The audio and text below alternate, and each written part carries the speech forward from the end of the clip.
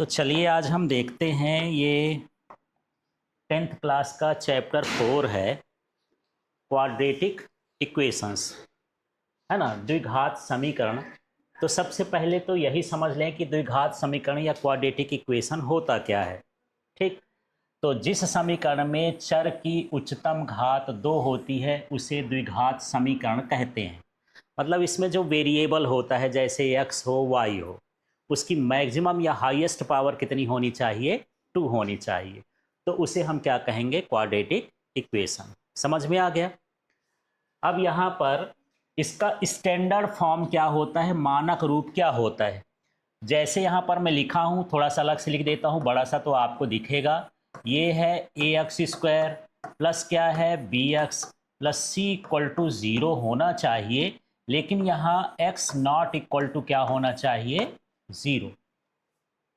ठीक है, तो यहाँ पर जो एक्स स्क्वायर है ये पूरा एक इक्वेशन है। इस पूरे इक्वेशन में जो ये है वेरिएबल है, चर है, इसकी अधिकतम घात कितनी है, 2 है, इसलिए क्या है, ये क्वाड्रेटिक इक्वेशन है। ठीक है, अब ये जरूरी नहीं है कि ये x में ही हो। यदि आप इसे y में लिखेंगे तो यहाँ भी y हो जाएगा, यहाँ भी y हो जाएगा। z में लिखेंगे तो z, किसी फॉर्मेट में हो सकता है। अब यहाँ ABC क्या है, तो ABC इंटीजर्स होते हैं, कोई नंबर हो सकता है, जैसे 1 2 3 4 √2 5 7, कोई भी इस तरह का नंबर हो, वो ABC कहलाता है। ठीक, इसमें हर चीज की वैल्यू 0 हो सकती है, C की वैल्यू 0 हो जाए, B की वैल्यू 0 हो जाए, लेकिन यहाँ पर जो है A की वैल्यू 0 नहीं होना चाहिए। यदि A की वैल्यू 0 हो गई तो x की पावर मल्टीप्लाई करोगे तो वो भी 0 हो जाएगा, तो फिर पावर बचेगा नहीं, हमारी डेफिनीशन ही फेल हो जाएगी। तो इसका स्टैंडर्ड फॉर्म समझ में आ गया। क्या होता है standard form, a x square plus b x plus c equal to क्या हो गया, 0। क्लियर हो गया। तो ये इसका मानक रूप होता है। कभी कभी एग्जाम में आ जाता है, write down the standard form of quadratic equations. तो यही स्टैंडर्ड फॉर्म भर नहीं लिखना है, आपको ये भी बताना है x the standard form of quadratic equation is a x square plus b x plus c equal to 0 where a equal to not 0 and a b c are integers. ये रियल नंबर्स लिख सकते हो, क्या है ये, real number है। Clear हो गया। अब इसका मुझे यदि सॉल्यूशन निकालना है, सॉल्व करना है, तो इसके दो मेथड होते हैं। एक होता है फैक्टराइजेशन, गुणनखंड विधि होता है, और दूसरा होता है फार्मूला से। तो जो फार्मूला होता है ये इस तरह से हम निकालते हैं, x equal to minus b plus minus under root b square minus 4ac upon में क्या हो गया, 2a। इस तरह का ये फार्मूला है। अब यहाँ से ABC की वैल्यू कहाँ पाओगे आप, तो यहाँ पर देख लो, ये A है तो यहाँ A रख देंगे, C है C है, B है B। तो जो इसमें वैल्यू है उसको उठा के इस फार्मूले में रख देंगे तो x का वैल्यू आ जाएगा। इस फार्मूले का इस्तेमाल करके हम इसको सॉल्व कर सकते हैं, किसी भी तरह का। जिनका गुणनखंड करना आसान नहीं होता, जो समझ में नहीं आता, उनको किस विधि से कर सकते हो, फार्मूला मेथड से कर सकते हो। ठीक है, बाकी हम सिखाएंगे गुणनखंड वाला भी। लेकिन ये है क्या, ये जो बी स्क्वायर माइनस 4ac है ना, इसको हम क्या बोलते हैं, डिस्क्रिमिनेंट, विविक्त कर बोलते हैं। इसको डिनोट कर किससे करते हैं, डी से करते हैं, क्योंकि ये इक्वेशन के बारे में बहुत सारी चीजें बताता है ना, कि ये जो हमको मिलेगा, इसका जो सॉल्यूशन मिलेगा वो रियल होगा, इमेजनरी होगा, यूनिक होगा, कैसा होगा, ये डी की वैल्यू से पता चलता है। ठीक है, तो यहां पर देख लीजिए, डी इक्वल टू जो फार्मूला हो गया बी स्क्वायर माइनस 4ac हो गया। अब यदि डी ग्रेटर देन 0 है, ग्रेटर देन 0 का मतलब क्या है, पॉजिटिव होना चाहिए, है ना। कोई भी नंबर है जो क्या हो, पॉजिटिव हो। जैसे जिसके सामने साइन ना भी लगा हो तो आपको समझ लेना पॉजिटिव, जैसे 1 है 2 है 3 है, कोई भी ऐसा नंबर हो जो पॉजिटिव हो, वो ग्रेटर देन क्या कहलाएगा, 0 कहलाएगा। उसके लिए जो इसके सॉल्यूशन होंगे, मूल होंगे, वो कैसे होंगे, रियल हो जाएंगे। ठीक है, जो x की वैल्यू होगी वो कैसी होगी, रियल होगी। ठीक है, इसके बाद यहां पर यदि d इक्वल टू 0 ही हो जाए, यहां पर हम सॉल्व करें और d की वैल्यू क्या आ जाए, 0 आ जाए, तब क्या होगा, तब वहां पर जो मूल वो उसके होंगे दोनों इक्वल होंगे और साथ में क्या होंगे, रियल। इसमें क्या होंगे, दोनों डिफरेंट होंगे। है ना, और साथ में क्या होंगे, रियल होंगे। ठीक है, यहां पर दोनों क्या होंगे, इक्वल होंगे, और साथ में क्या होंगे, रियल होंगे। ठीक, अब यदि d लेस देन जीरो है, माने d की वैल्यू यदि निगेटिव में आ गई, है ना, तब क्या होगा, तब वहां पर इमेजनरी होंगे, इसका कोई मूल नहीं होगा, क्योंकि इस तरह का कोई नंबर आप अभी पढ़ेंगे नहीं, 10th में 12th में देखेंगे इमेजनरी नंबर, हायर क्लास में ये सब है। ठीक है, क्लियर हो गया। तो ये सारी कंडीशन आपको समझ में आ गई। अब जिसकी जितनी पावर होती है उतना उसका सॉल्यूशन होता है। जैसे इसकी मैक्सिमम पावर कितनी है, 2, तो इसके मैक्सिमम सॉल्यूशन कितने होंगे, 2। ठीक है, यदि पावर 3 हो जाए तो मैक्सिमम सॉल्यूशन कितने हो जाएंगे, 3 हो जाएंगे। ठीक, तो इस तरह से आपको करना है। लेकिन हम ये पढ़ रहे क्यों रहे हैं, इसकी ज़रूरत क्या है, तो हमारे डेली लाइफ में बहुत सारे ऐसे क्वेश्चन आते हैं जिनको हमको सॉल्व करना होता है। जैसे क्षेत्रफल संबंधी प्रश्न है, एरिया निकालना हो, ये कमरा है, इसकी लंबाई का 4 गुना 10 गुना बड़ा है, कितना चौड़ा है, ये सारा चीज़ हमको फाइंड करना हो, कुछ आधी अधूरी जानकारी हो, तो हम फिर इसको क्वाड्रेटिक इक्वेशन से सॉल्व कर सकते हैं। अब इसके प्रॉब्लम्स देखेंगे।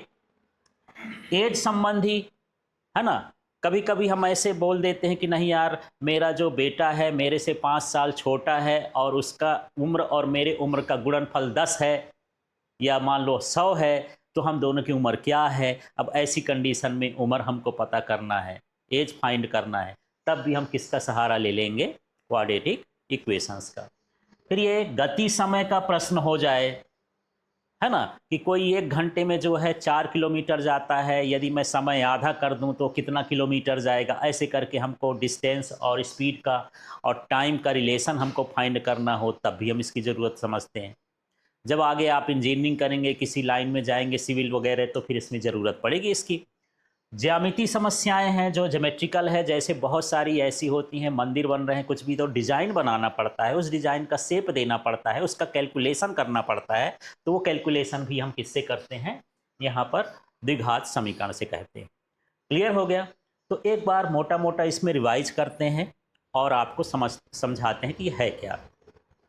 तो जो क्वाड्रेटिक इक्वेशन होता है, द्विघात समीकरण होता है, तो कैसा समीकरण होता है, जिसकी अधिकतम घात, मैक्सिमम पावर कितनी होनी चाहिए, 2 होनी चाहिए, उसे हम क्या कहेंगे, द्विघात समीकरण।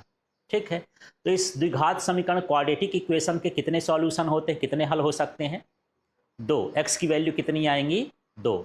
इसका स्टैंडर्ड फॉर्म क्या होता है, a x square plus b x plus c equal to क्या हो गया, 0।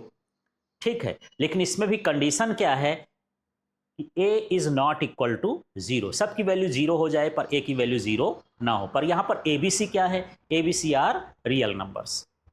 अब यदि हमको सॉल्यूशन फाइंड करना है तो इसकी कितनी मेथड होंगी, 2। एक मेथड है फिलहाल जो आपके सिलेबस में, फैक्टराइजेशन, और दूसरा क्या है, फार्मूला, है ना। तो फैक्टराइजेशन का कोई फार्मूला नहीं, उसको हम हिट करके और देखते हैं कैसे कैसे करेंगे, समझेंगे, दिमाग लगाना पड़ता है। फार्मूला ये फ्रेम है, इसमें फिट कर दो, सारी वैल्यू आ जाएगी। तो x square minus b plus minus under root b square minus 4ac upon 2a होता है। ये रूट को जहां तक नंबर लिखोगे वहां तक खींचना है। क्लियर हो गया इतना। अच्छा, तो यहाँ पर जो ये इसके अंदर रखते हैं रूट की जगह पर, ये किसकी वैल्यू कहलाती है, बी स्क्वायर माइनस 4ac को क्या बोला जाता है, डिस्क्रिमिनेंट, विविक्त कर। ये क्या बताता है, यदि d की वैल्यू पॉजिटिव है, मतलब ग्रेटर देन 0 है, तो उसके जो सॉल्यूशन होंगे वो रियल होंगे और डिफरेंट होंगे, यूनिक होंगे। ठीक है, और यदि d इक्वल टू क्या हो जाए, 0, तो उसके जो सॉल्यूशन होंगे वो कैसे होंगे, इक्वल होंगे, और कैसे होंगे, रियल होंगे। इसके बाद यदि यहाँ पर d लेस देन 0 है, मतलब निगेटिव में वैल्यू आ गई, तो उसका कोई माने सॉल्यूशन नहीं निकलेगा, वो इमेजिनरी सॉल्यूशन कहलाएगा। क्लियर हो गया। तो बस इतनी चीज जानना, इसी के हिसाब से पूरा चैप्टर आगे बढ़ेगा।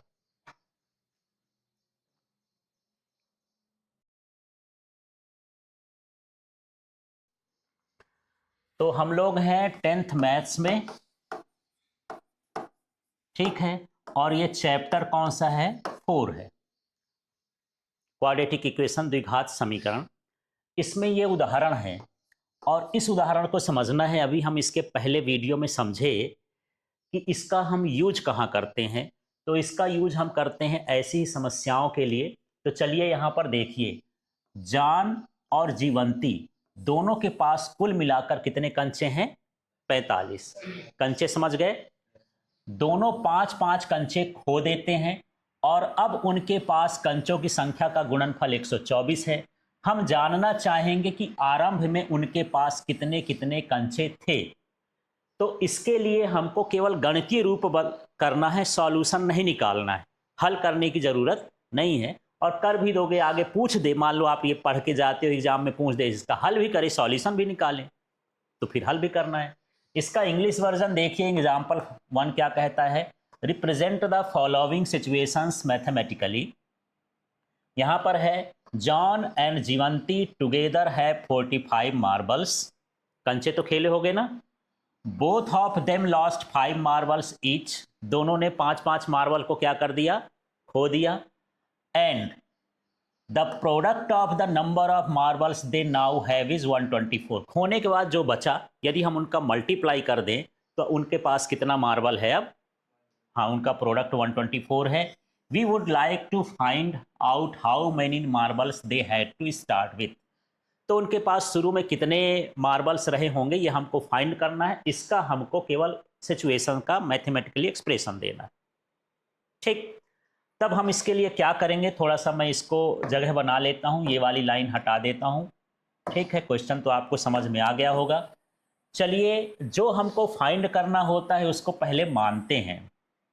तो मैं थोड़ा सा ऐसा दे देता हूँ, मान लीजिए इनके पास 50 रुपीज़, इनके पास कितने हैं? 50 रुपीज़। और इनके पास 20 रुपीज़, सॉरी, हाँ, इनके 50 रुपीज़ है मान के चलते हैं, और इनके पास कितने हैं? 20 रुपीज़। तो कुल मिला के, सॉरी थोड़ा सा गड़बड़ हो गया, दोनों को मिला करके कितने हैं? 50 रुपीज़। एक के पास 20 है तो दूसरे के पास कितना है? क्या किए हो आप? उसमें जितना जिसके पास है उसको क्या कर देते हो? माइनस कर देते हो। यहां भी ऐसे मान लेते हैं कि दोनों को मिला के कितने मार्बल हैं? 45। तो यदि मैं मान लेता हूं कि जान के पास x है, तो जीवंती के पास कितना होगा? 45 माइनस एक्स। जैसे यहां पर बोल रहे थे कि 50 था, दूसरे के पास 20 था, तो मैं पूछा कि उसके पास कितना होगा, था 50 में 20 आपने क्या कर दिया? माइनस कर दिया। तो यही चीज मान लेते हैं। तो यहां पर मान लेते हैं, माना जान के पास x कंचे हैं, x मार्बल है, ठीक है ना, कंसीडर कर लेंगे ये। तो इससे क्या पता चल गया? तो मेरे पास दूसरा पर्सन कौन है? जीवंती। जीवंती के पास कितने होंगे? x माइनस 45 की 45 माइनस एक्स? हाँ, बड़े में से छोटे को माइनस कर देना, टोटल तो यही है 45 माइनस एक्स कंचे होंगे। ठीक है, सिंपल सा है, क्लियर हो गया। अब यहां पर हमको ये बोलता है कि अब उनके पास कितने कंचे? 5-5 कंचे क्या कर देते हैं? खो देते हैं, है ना। तो यहां पर लिख देते हैं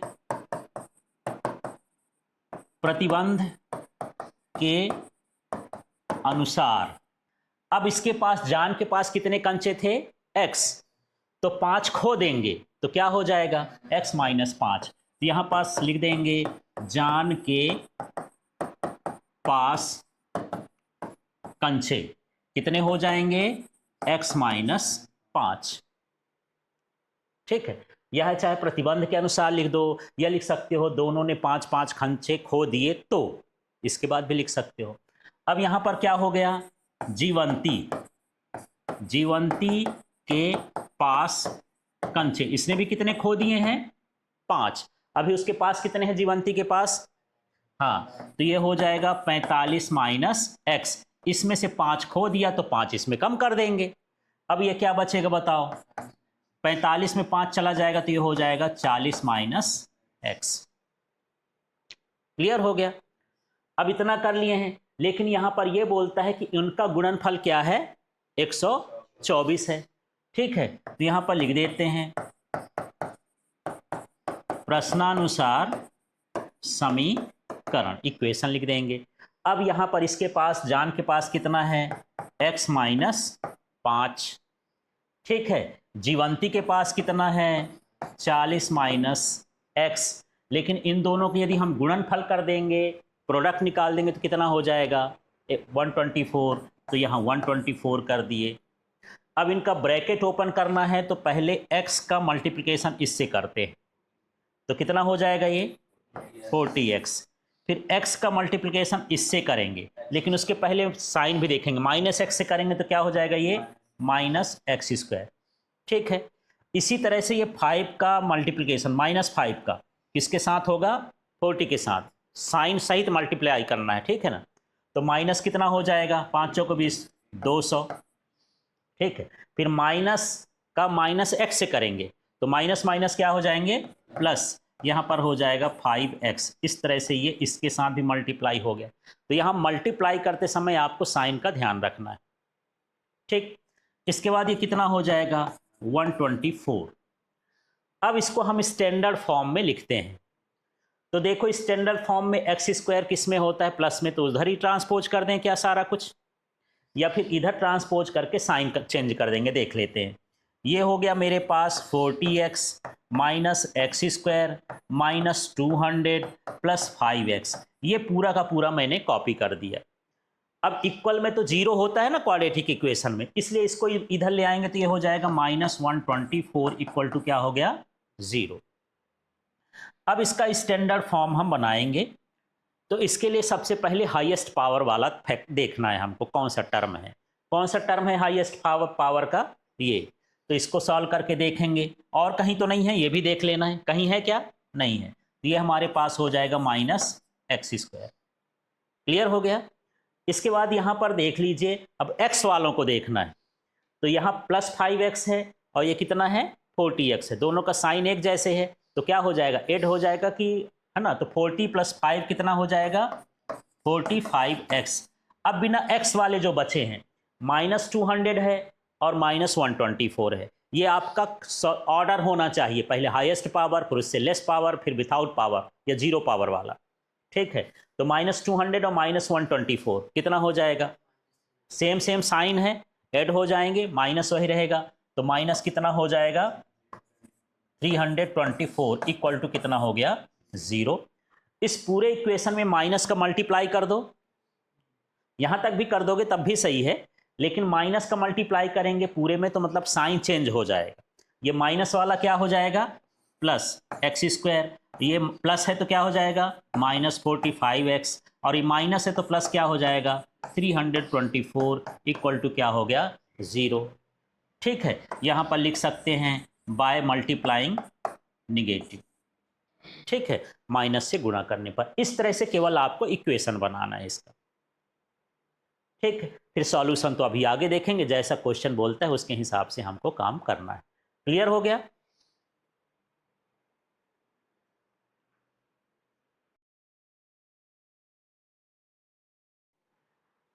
तो 10वीं गणित है, अध्याय 4 है, और उदाहरण 1 एग्जाम्पल 1 का सेकेंड नंबर का क्वेश्चन है। थोड़ा ध्यान से समझते हैं, ऐसे प्रश्नों को अच्छे से समझना पड़ता है क्योंकि ये शब्द में होते हैं, शब्द से समीकरण बनाना थोड़ा सा डिफ़िकल्ट होता है, लेकिन तब तक डिफ़िकल्ट होता है जब तक आप इसका लॉजिक नहीं समझते हैं। जहाँ बहुत सारा प्रैक्टिस करेंगे आपका दिमाग चलने लगेगा, आप भी इक्वेशन बना लेंगे। यहाँ पर देखिए, एक कुटीर उद्योग एक दिन में कुछ खिलौने निर्मित करता है ना। प्रत्येक खिलौने का मूल्य रुपए में 55 में से एक दिन में निर्माण किए गए खिलौनों की संख्या को घटाने के प्राप्त संख्या के बराबर है। किसी एक दिन कुल निर्माण लागत रुपए 750 थी। हम दिन निर्माण किए गए खिलौनों की संख्या ज्ञात करना चाहते हैं।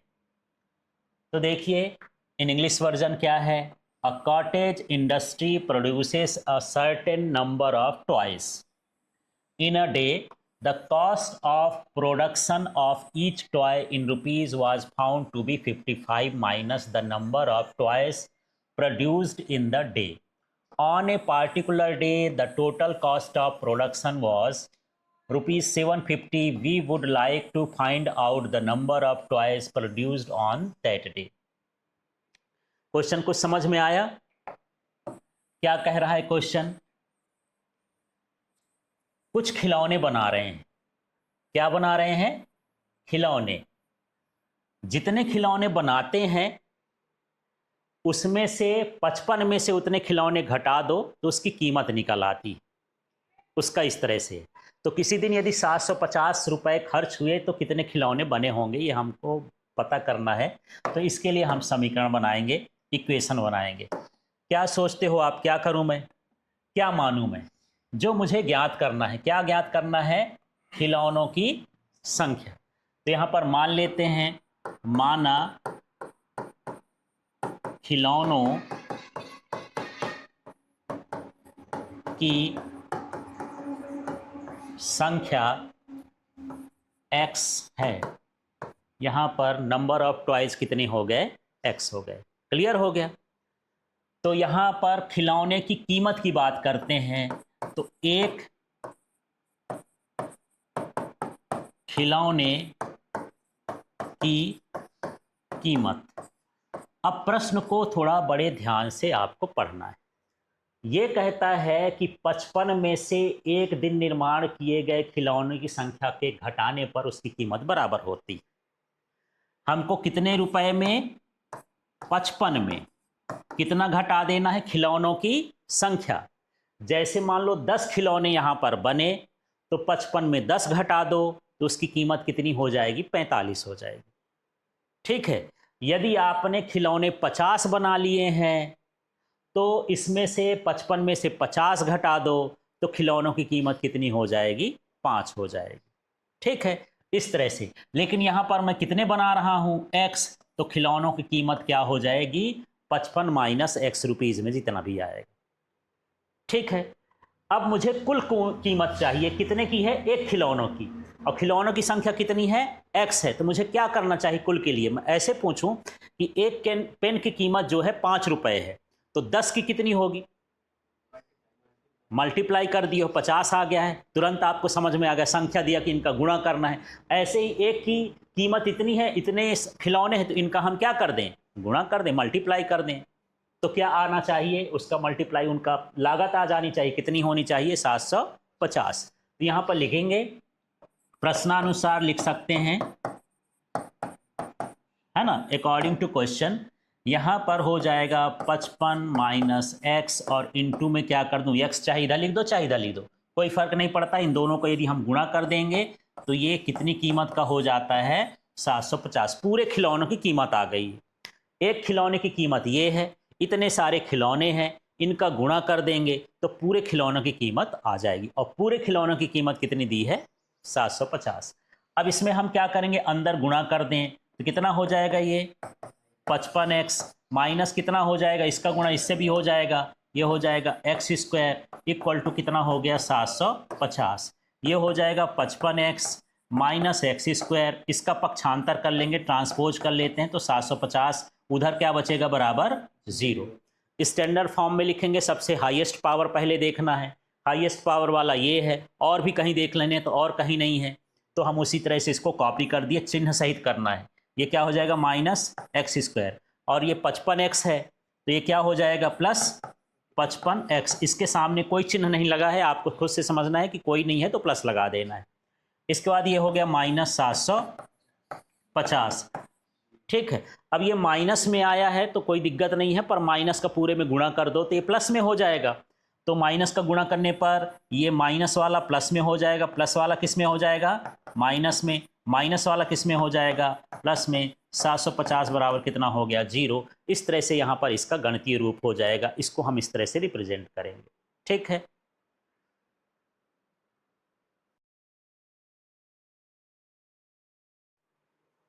तो यहाँ 10th मैथमेटिक्स है, चैप्टर 4 है, द्विघात समीकरण, क्वाड्रेटिक इक्वेशंस। इसमें क्वेश्चन है, ये उदाहरण का है, जांच कीजिए कि निम्न द्विघात समीकरण है या नहीं। Check whether the following are quadratic equations. अब ये इस फॉर्मेट में दिए हैं, इनको सॉल्व करना है। फाइनली सॉल्व करने के बाद ये देखना है कि यदि जो चर की घात है, वेरिएबल की पावर है, यदि 2 आ रही है, मतलब वो है द्विघात समीकरण, नहीं आ रही तो नहीं है। ठीक। तो यहाँ पर हम एक तरफ से देखते हैं। फर्स्ट वाला देखो क्या लिखा है, x minus two whole square plus 1 equal to 2x minus 3। क्या करना चाहिए मुझे सबसे पहले? हाँ, इसका ब्रैकेट ओपन करना है। अब ब्रैकेट ओपन करने के दो तरीके हैं, या तो आप आइडेंटिटी लगाओ, जैसे a माइनस बी का होल स्क्वायर होता है a square minus a square plus b square minus 2ab, ठीक है। या फिर इन दोनों का अलग अलग मल्टीप्लाई कर लो। यदि आइडेंटिटी नहीं पता है तो x minus two into x minus two करके भी आप निकाल सकते हैं, इसका हम रफ साइड कर लेना। लेकिन मैं आइडेंटिटी लगा रहा हूं तो देखो, आप बोल रहे हो एक्स स्क्वायर, पहले क्या होता है ए स्क्वायर, तो ए की जगह पर क्या है एक्स, तो ये क्या बनेगा एक्स स्क्वायर। फिर प्लस होता है बी, बी की वैल्यू क्या है 2 है, तो क्या हो जाएगा ये 2 का स्क्वायर माने कितना हो गया 4। फिर माइनस होता है 2x, है ना, माने 2ab होता है, तो ये 2x इंटू क्या हो जाएगा 2, तो कितना हो जाएगा 4x। 2ab समझ में आ गया, 2ab, तो ये मैं 2 लिख दिया, a की वैल्यू x है, b की वैल्यू 2 है, तो 2ab हो गया। इस तरह से आपको यदि दिक्कत हो तो आप मल्टीप्लाई कर लेना, नहीं तो इस तरह से खोल भी लेना, आइडेंटिटी पता हो तो। अब प्लस कितना हो गया, यहाँ प्लस क्या लिखा है 1 इक्वल टू क्या है 2x माइनस 3।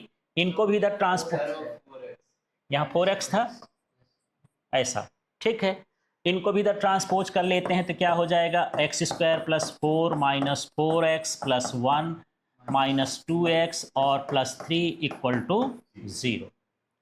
ट्रांसपोज करोगे, जिनका ट्रांसपोज करना है उनका साइन चेंज हो जाएगा। अब यहाँ पर इनको अरेंज करना है। अरेंज करने का तरीका, सबसे बड़ी पावर सबसे पहले देखना है। यहाँ बड़ी पावर क्या है एक्स स्क्वायर, और कहीं है ये सब पूरे में देख लेना है, नहीं है तो यहाँ पर क्या लिखे एक्स स्क्वायर। फिर एक्स वाला देखना है, उससे कम पावर वाला, तो यहाँ पर ये माइनस 4x है माइनस 2x है, दोनों में सेम साइन है, घट के 2 हो जाएगा। यस सर, माइनस 6x, सब में यस की घूंट पी के आए हो, ये 6x हो गया।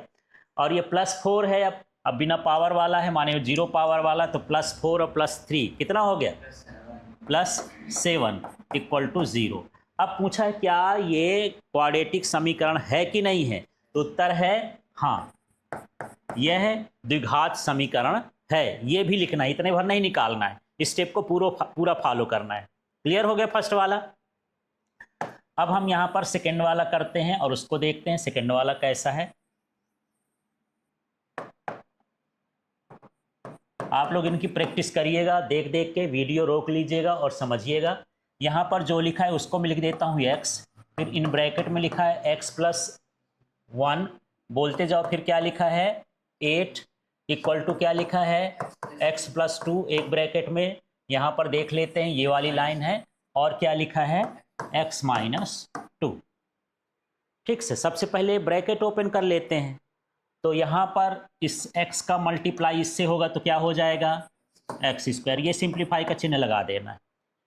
सिंप्लीफाइज मतलब ये वाला स्टेप ये प्रदर्शित करता है, ये बताना है ना। इसके बाद यहाँ पर देखो x का प्लस 1 से होगा तो क्या हो जाएगा प्लस x हो गया। क्लियर हो गया। आगे बढ़ते जाओ, फिर क्या लिखा है प्लस, ये प्लस कर दिए, फिर क्या लिखा है 8 तो 8 कर दिए, फिर ये इक्वल है तो इक्वल ही लगा दिए। अब इस साइड ये x का मल्टीप्लाई x से करो तो क्या हो जाएगा एक्स स्क्वायर है,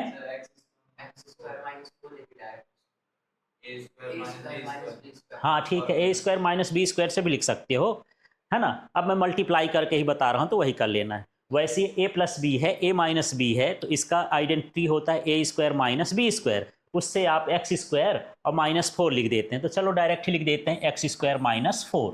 तो आपके दोनों तरीके हैं, या तो मल्टीप्लाई करके लिख देना या आइडेंटिटी लगा के लिख देना, ठीक है।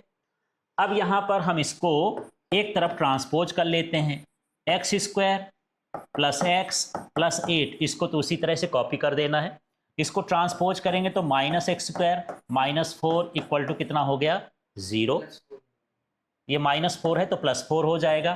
अब यहाँ पर हम बड़ी पावर को देखते हैं पूरे में, तो यहाँ पर बड़ी पावर ये है और ये है, एक प्लस में है एक माइनस में, ये एक दूसरे को कैंसिल कर दिया।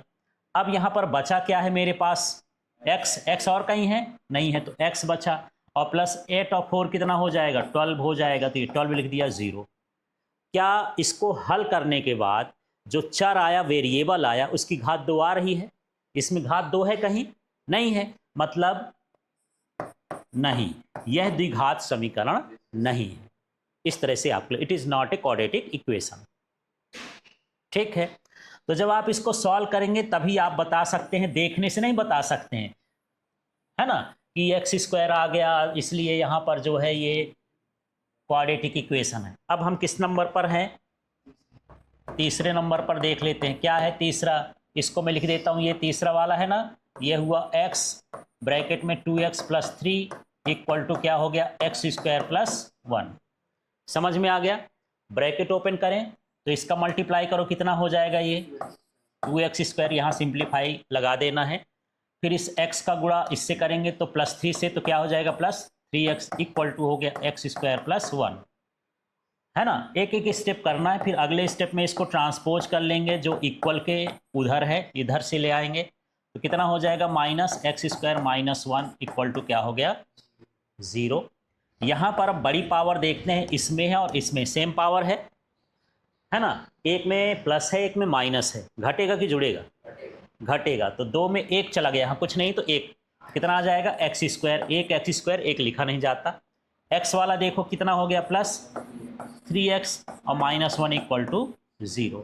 ये, हाँ, यह द्विघात समीकरण है, it is a quadratic equation. मान लो यहाँ 3x नहीं आता, एक्स स्क्वायर माइनस 1 आता तो तब भी होता, हमको इसकी पावर भर देखना है, बाकी से मतलब नहीं। अकेला एक्स स्क्वायर भर होता वो भी क्वाड्रेटिक इक्वेशन है। ठीक है, चलिए अब हम आ जाते हैं इसके 4th नंबर के क्वेश्चन में, उसको भी चेक करके देख लेते हैं। बताओ तो 4 नंबर का क्या है, बोलते जाओ थोड़ा। x प्लस 2 पावर कितना हो गया होल क्यूब, और ये क्या हो जाएगा एक्स क्यूब माइनस 4। ठीक है, अब यहाँ पर आपको आइडेंटिटी पता होना चाहिए कि a प्लस बी का होल क्यूब कितना होता है। हाँ, a cube plus b cube plus 3ab। हाँ, तो मैं इसको ऐसा भी तो लिख सकता हूँ a स्क्वायर बी स्क्वायर, चलो हो गया, जैसा आप बताते हो वैसा ही कर देते हो। हाँ, इसको आप ऐसा भी लिख सकते हो, यदि यहाँ पर लिखना है तो 3a स्क्वायर बी और प्लस 3ab स्क्वायर, ऐसा लिख देते हैं। ठीक है, तो इसकी जगह पर मैं ये लिख देता हूँ, क्योंकि ब्रैकेट तो ओपन ही करना पड़ेगा, तो एक ही बार में कर लेते हैं। ये आइडेंटिटी ध्यान रखना है। मान लो एग्जाम में आप बहुत सोच रहे हो, आपसे आइडेंटिटी ही नहीं आ रही है, अब करना कैसे है? तो ऐसे करना, पहले x प्लस 2 का और x प्लस 2 का गुणा करना, जितना आएगा फिर एक ठो x प्लस 2 का गुणा कर देना, ऐसे भी कर सकते हो, उसमें आंसर में कोई फर्क नहीं पड़ेगा। ठीक है, तो आप अपने से सोच सकते हो, जब आपको डाउट लगे यार यही फार्मूला है, नहीं है, ऐसी कंडीशन में आप क्या करना, उसका मल्टीप्लाई करके देख लेना रफ में। तो चलिए बताते जाइए क्या होगा यहाँ। अब यहाँ पर इसको फॉलो करते हैं, जहाँ a है वहाँ पर आपको 2 सोचना है, जहाँ b है नहीं, जहाँ पर a है वहाँ पर क्या सोचना है x, और जहाँ b है वहाँ 2 सोचना है, यहाँ से। ठीक है ना, a b की वैल्यू पता चल गई। अब आइडेंटिटी में अप्लाई करते हैं, a की वैल्यू कितनी है x, तो ये क्या हो जाएगा एक्स क्यूब।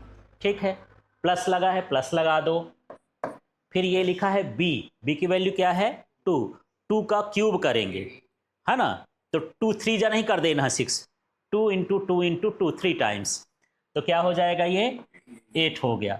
अब आगे चलते हैं, प्लस है तो यहाँ पर ये लिख दिए प्लस, फिर ये क्या है 3, तो ये लिख दिए 3 इंटू ए की वैल्यू कितनी है x, तो क्या हो जाएगा एक्स स्क्वायर इंटू बी की वैल्यू कितनी है 2, तो यहाँ पर क्या है 2 लिख दिए प्लस।